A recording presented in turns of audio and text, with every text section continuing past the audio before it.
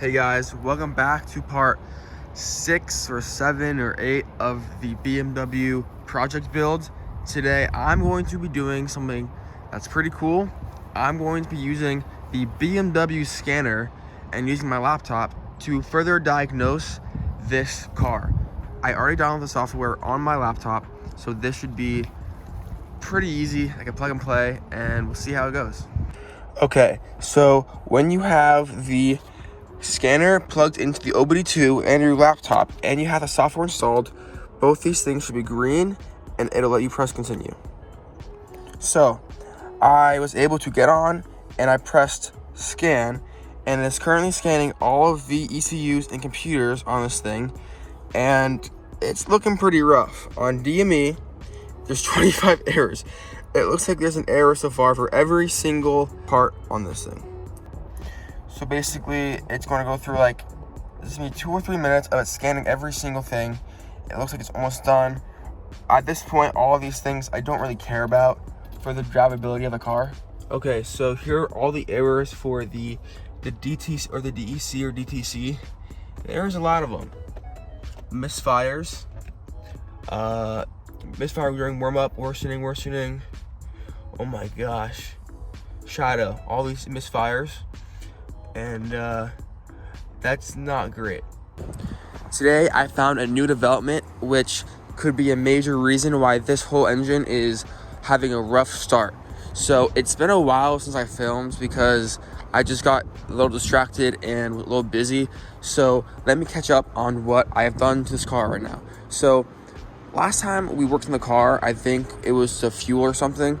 Anyway, so it's not the fuel anymore. The fuel is good. It is at 51 PSI, and that is no longer a problem. I recently, a few weeks ago, actually opened up the spark plugs and saw that there's tons of oil on them. And when I looked inside the cylinders, there were, again, a bunch of oil. And that can only mean a few things. That oil is getting into the cylinders. It means it's getting there by intake or a leaking gasket. I can show you it's not a leaking gasket, but what I can say is it's most likely this PCV system. So basically, I know I broke it off because it's so brittle, but there's basically an oil system that pumps oil through the car called the PCV system. And when they go bad, it starts pumping oil into the cylinders that cause major misfires if it gets bad enough. And it isn't, and there's oil in every single cylinder. So that is a big problem. What I'm doing right now is I'm actually taking apart the PCV system because I have a new one coming in a few days. And as you can see, it needs to be fixed because that's all just gunk. Look at that. It's all frozen or dried up oil, and it's everywhere. It's in here, and there's tons of residue right there where the PCV is. So I'm going to continue to take apart this PCV and show you what a dirty one looks like. Okay, so about 15 minutes later, I was able to get out this, which is from here, and the actual part itself. Honestly, it wasn't that bad. It was mostly just dealing with basically the small space you had, and it wasn't that terrible. I also was able to get out this hose here, which I guess connects back to the oil pan. So yeah, it was just the same thing here. This was the only part that came out unscathed. Or what I mean is, I didn't break it. This, I didn't even mean to snap it off. It just snapped off. It was just so brittle. And of course, this thing I snapped off on purpose. And yeah. Okay, so it's raining the second I get here, which is it's great. I mean, odds are always in my favor. So today we're actually going to replace the CCV. Last time, or a few minutes ago, you saw me taking out the CCV. We have a new one from Amazon.com, and we're going to see if that could help get this thing started. I heard that a bad CCV or a terrible CCV can actually prevent the car from starting because there's so many misfires and so much oil getting in the engine, which is exactly the case because we have a little line camera or like a little wire camera that we put into the engine, and there's oil in every single cylinder. All right, guys, so I just got the upper one in, connected to the CCV right there, kind of hard to see. I also have the return valve to the oil tank installed. It took a little while because you have to angle up right to push it in really hard to have the two sides click in. But I got it in, so now the last difficult one goes from the top of the engine to the CCV, and after that you should have one more which goes across the air intake, which is pretty easy, and then we just start reassembling the whole thing, and that should be it. Okay guys, so the CCV itself is now fully in. I have every wire, or I have every tube plugged in besides the upper one, and it's not plugged in there, but on the actual CCV everything's actually plugged in. It took a little while. It was kind of finicky because these pieces weren't the exact, like, I guess, angles, so it was a little annoying, but with enough prying and pushing on these screwdrivers through the little like cracks and openings that they give you, I was able to click that one in. I was able to get that one there, and I had the stopper on, and I have that one down there. So yeah, it is all now fully plugged in. We can start reassembling the air intake and the other electrical pieces, and we're gonna fire this thing up. Okay, so I forgot to film for about half an hour, but here are the updates. I got the throttle body on and cleaned a little bit with the cleaner, which is somewhere, but I also was able to reinstall this electric box.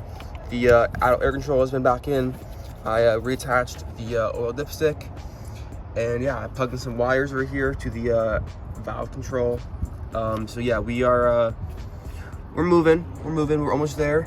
We pretty much have to just put on the diesel valve and the other air intake stuff, and then we can actually take the water out of the cylinders, because yep, there's water in the cylinders because it rained and there's some spark plugs. So yeah, I'm gonna vacuum, try to get as much out as possible, and maybe try to like crank the car without the spark plugs being in there so we can shoot out the water. So we're getting there. This car is getting very close. We've put in a lot of time, effort, and money into this car, so I really hope this is the thing that gets it going. Okay guys, so we just finished reassembling the entire right side of the engine. Yep, so the CCV is fully in. We have this hose, the one that goes across the intake. We have the one going down here. We have the one that goes down to the oil pan again. So the CCV is in, but now we have to clean the engine out with all the water in it. So we have to go back, get the hose, and we're gonna get going. Okay, so there's so much water in here in the spark plug. We're just going to just stick it in there, suck the water up, and go. All right, guys, new spark plugs have been in it. It's all been rebuilt. We sucked as much water as we could with the vacuum, and we got most of it out. But this is the moment of truth. After this, I don't know.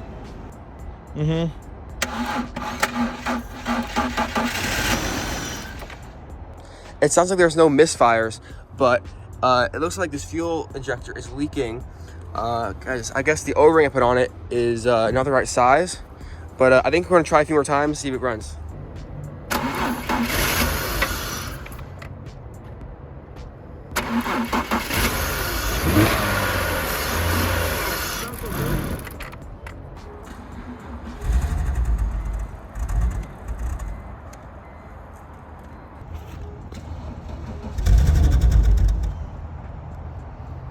Oh, it still sounds like it's misfiring a little bit, but there's white smoke. There's a lot of white smoke. So I don't know what that could mean.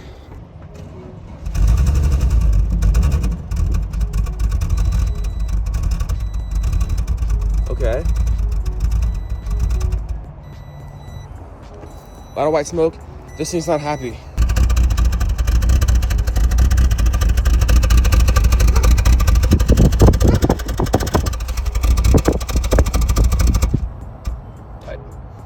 Oh my God.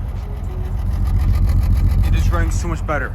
I unplugged the mass airflow sensor, and it is running so much better now. Oh my God. It's running so good.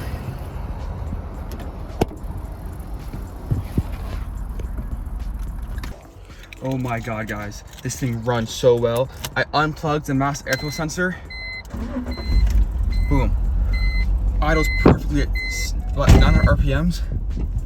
And now, put it into drive. Look at it go. We are currently driving right now. There's no response on the throttle though, that's the only problem. You can only drive like this. Oh my God.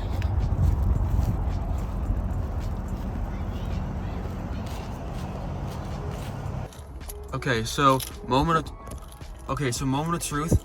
This may not be the issue. It might be the actual plug or a mass airflow sensor relay, but this is the biggest potential issue, so let's go. There it is. I fixed it. Now I can rev the car. So this thing is good to drive now. That was it, guys. The mass airflow sensor was officially the problem. Let's get this thing driving. Here it is, guys. I can now completely, fully drive the car. Oh, I forgot the tire's flat. Okay, well, I'm gonna actually have to bring it back, but look at it go.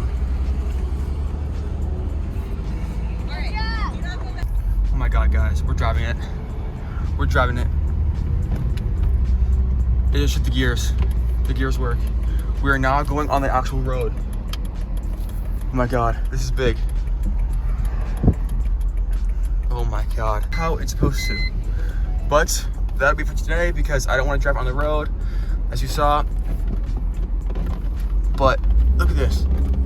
It can drive back to its spot that it's been at for the past 5 months. I'm gonna see if I can do a burnout on this car.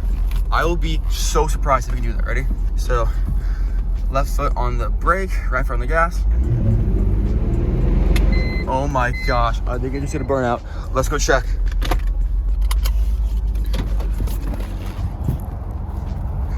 Oh my gosh.